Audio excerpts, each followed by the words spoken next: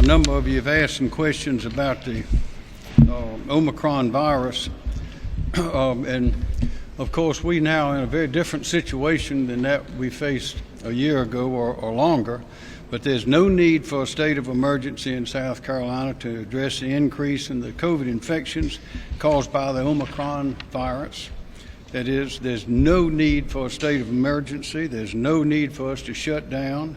We're not going to close schools. We haven't, and we will not close the businesses. We will not impose mandates for face masks, vaccines, or anything else. And the reasons are because it's not necessary and because there's a better way. We are now entering the third year of this virus, and it's going to be changing apparently every year, but now we know how to deal with it, we know how to manage it, and we have the tools to do that. We know that where we can get vaccinated, we actually have more places where our people can get vaccinated if they want to than we had a year ago. We have over 320 that are out there right now. We have plenty of vaccine. You remember a year or so ago we were scrambling to find vaccine. Well, now we have an ample supply of vaccine. We have plenty of vaccine. In fact, in some places it's actually gone stale and they had to send it back, but we have plenty. We have plenty of those sites. We have plenty of testing sites. We have over 1,000 vaccination sites. We have over 320 testing sites right now. All those places where you could get the vaccine, get your vaccination before, you can still get them there. Some may have changed, but we have as many now as we had at the high point. We also have ample testing sites. Now there's some lines now because a lot of people are going to get tested. Not as many going to get tested now as went to get tested back earlier, a year ago, but there are long lines right now waiting to get tested. But I would urge people to do this. Don't go to the emergency room to get tested. That's not the place to go. The emergency rooms at the hospitals are for other things, and of course we know we have a shortage of nurses, we have a shortage of staff, so that's putting a load on the hospital. So go to those testing sites, and you can find, if you don't know the locations, you can look them up online. But the hospitals are doing well. They are prepared. They were prepared a year ago. They're prepared now. And the numbers now of the occupancy rates in the hospitals are better and lower than they were then. Just some brief figures from about a week or so. A year ago, we were at 82. One day we were at 82%, 82%, then 81%, went down to 79, then 78, 78, and 80. That was the occupancy rate in the hospitals a year or so ago. Just the last week we're at 77%, 78%, 78%, 76, 74, 75, 75. So you see the hospitals are not as crowded as they were before. There's room in the hospitals if we need it, but there's not room in the emergency rooms because people are going there to get tested. So don't go there, go to the testing sites. And as I say, there are 320 of those around the state. Our economy is booming. The next 5 years, we're making vigorous plans. A lot are being implemented now. There'll be more. Our economy is growing. One reason we're doing so well is because we were careful and we did not shut down because it was not necessary to shut down. But we know we have consequences from the virus, and a lot of that is in the education. We're going to have to take some initiatives and measures to see that our young people are educated properly, because a lot of them are suffering. They're also suffering by not having been able to go to school. Their suicide rates are up. We know they have a lot of emotional problems, a lot of psychological impact, but we'll get through it. But the main thing I want to say is we don't need to panic. We didn't panic before. Don't panic now. Be calm. Things are not like they were a year ago. And again, we have plenty of vaccine. We're not going to shut down. We have plenty of vaccine, plenty of testing sites. And we just urge everyone to be calm, be careful, and take care of yourself and your family. One final point. Since the pandemic began, South Carolina schools have received $3 billion in federal funding. According to the state executive budget office, only 11% of those funds have been spent as of August of last year. That's 11% of $3 billion. According to the Department of Education, this funding is intended to help school districts keep the schools open. These funds can be used for almost anything, including testing, COVID testing, purchasing supplies, sanitization, cleaning the schools, classrooms, buildings, and the school districts can use the federal money to repair, replace, and upgrade the indoor HVAC systems for ventilation, circulation, clean circulation, purification, all of those things, of which, of course, the parents have no objection at all to that. They do object to some things, masking, but they don't object to those sorts of things, having clean air in the schools. So that's our point, is there's a better way to approach this virus than has been used in a lot of parts of the country, and we've been careful and safe here, but we need to continue doing that, and there's plenty of money for it, and there's no reason at all right now for the schools in South Carolina to be closed. So our economy is booming, is going to boom more. We have plenty of money for the schools. We have plenty of vaccine. We have plenty of vaccination sites. We have room in the hospitals if necessary. We hope it's not necessary. And we have plenty of places to get tested. So we, again, urge everyone, we're not going to shut down. We're not going to have mandates. We don't need it. There's a better way. There's a smarter way. And that's the way we've been taking it. And we're doing just fine. This is going to be a great year for South Carolina. Are there any questions? Senior Correspondent Joe. Governor, your report, with those long lines waiting for a test, they also have to wait 2, 3, maybe 5 days for the results. Is that acceptable to you? And what are you doing to improve that turnaround time? Well, we probably have a record number of testing sites. There are a lot of people who want to get tested now, and that's a good thing. That's good. We have been assured by the Biden administration that 500 million new tests are going to be distributed to the states, but we DHEC cannot find out when or where they're going to arrive or through what channels. We are running short in the stores on the testing materials that you can buy yourself. They're too expensive for some people. But if I would say, take your time. We have plenty of testing sites, plenty of them, and plenty of vaccination sites as well, and plenty of vaccine. Some healthcare providers said they have seen some of the occupancy rates increase double within a week, and also their tax working long hours and short staff. So what do you say to those with giving us some encouragement to help ease some of the places that they have? Well, again, the occupancy rates of the hospital are down from what they were a year ago. They're several points down, and that's good. They're usually, I can't remember the exact figures, they used to tell us it was around 75 or 77 or so percent was the usual occupancy rate. The problems we're having there is that in the emergency rooms, places where people are going to get tested. They may have a cold, may have the flu, may have something, and going to the hospital instead of going to one of the testing sites. I would urge everybody to be patient. Again, we have plenty of vaccine. We have ample testing sites. We have ample vaccination sites.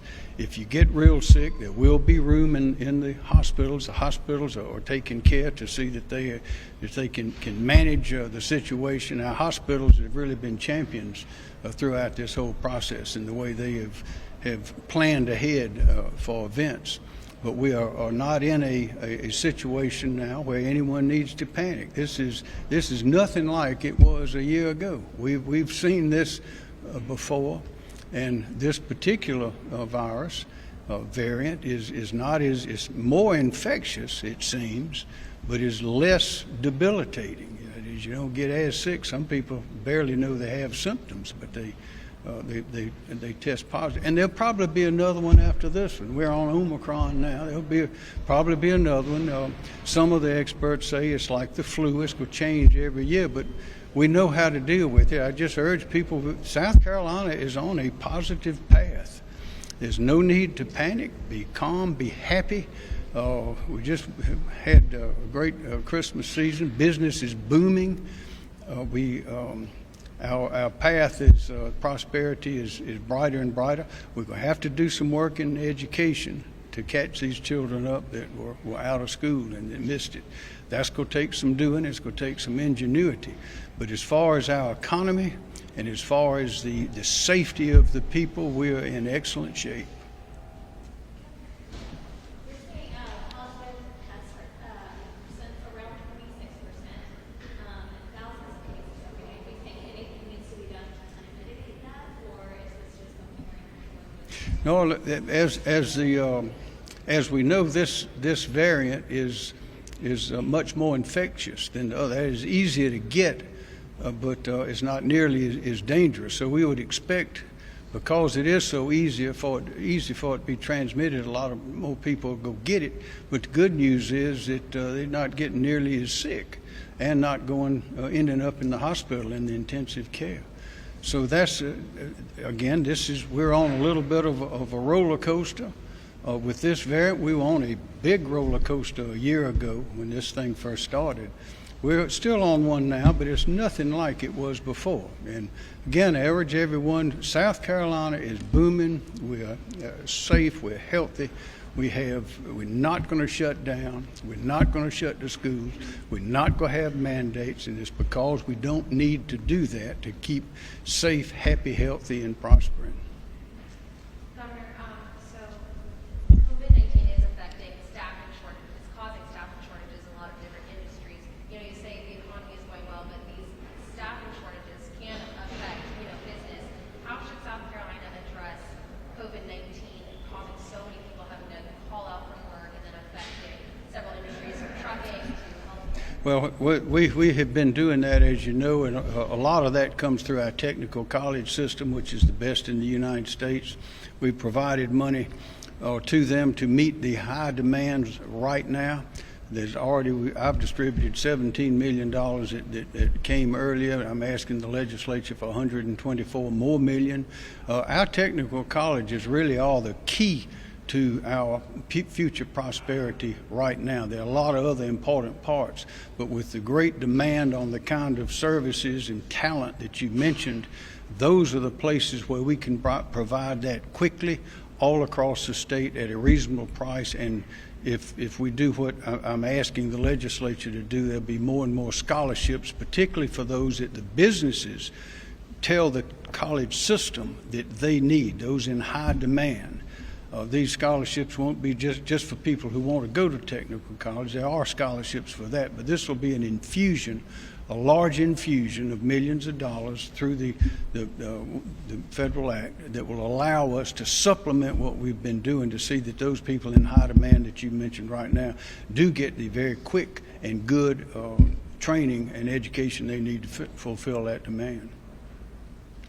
Does the state still have the contingencies in place for additional hospital space, like putting in, like renting out vacant spaces to have extra patients in case there's a need for a surge? I think you need to ask each hospital that. I don't know I know they have enormous an array of contingency plans because we've heard from them about it. Also, we have the National Guard again that can help if necessary. But again, those are contingency plans, and they are contingent on needing them. And right now, we do not need that. What we need is people to be careful, be safe, to go to work. We can keep the schools open, get the children in school. If you want a vaccination, they've got over 1,000 places to go get it. It's free. If you want to get a test, there are 320 places more than we had a year ago where you can go get tested. And we hope that the federal government will have those 500 million test kits out soon. Don't know when, don't know where. But in the meantime, we're hoping that's going to happen, but we're moving forward providing the outlets for the people in the state. One last question for me. Hopefully, we all hope that the surge, doesn't continue. But if indeed it does, and if the numbers continue to increase, what's the next step in South Carolina? The numbers are not starting to kind of, take a step in the right direction. I say again, this variant is not as dangerous as the ones we've seen before. It is not nearly as deadly. The symptoms are not nearly as bad. We have, I think it's over 55% of the total population 5 and up, or maybe it's 12 and up, have been fully vaccinated. Something like 65% have been received one vaccination. I mean, we're about to. We have plenty of vaccine for those who want it, and also we know now how to be safe. We know what to do. We know what to do and what not to do. So this virus apparently is going to be with us in different variants for years, but we can prosper and have normal lives despite that, because we know what we're dealing with now. We know how to handle it. Governor, last question for me. So, is there a certain point at which you would start being concerned or alarmed? I mean, we've seen a record number of cases. Hospitalizations are going up compared to a couple months ago. At what point is there a certain threshold in the hospitalization numbers that will make you think maybe we should be more concerned? The hospitalization rates are going up from a couple of months ago, but the number of people in the hospitals are not nearly what they were this time a year ago. Have to always put it in context. But again, this virus is not as deadly as those that we've had. We know how to deal with it. There are ample vaccinations out there. They're free. There are ample places to get tested, but there are long lines.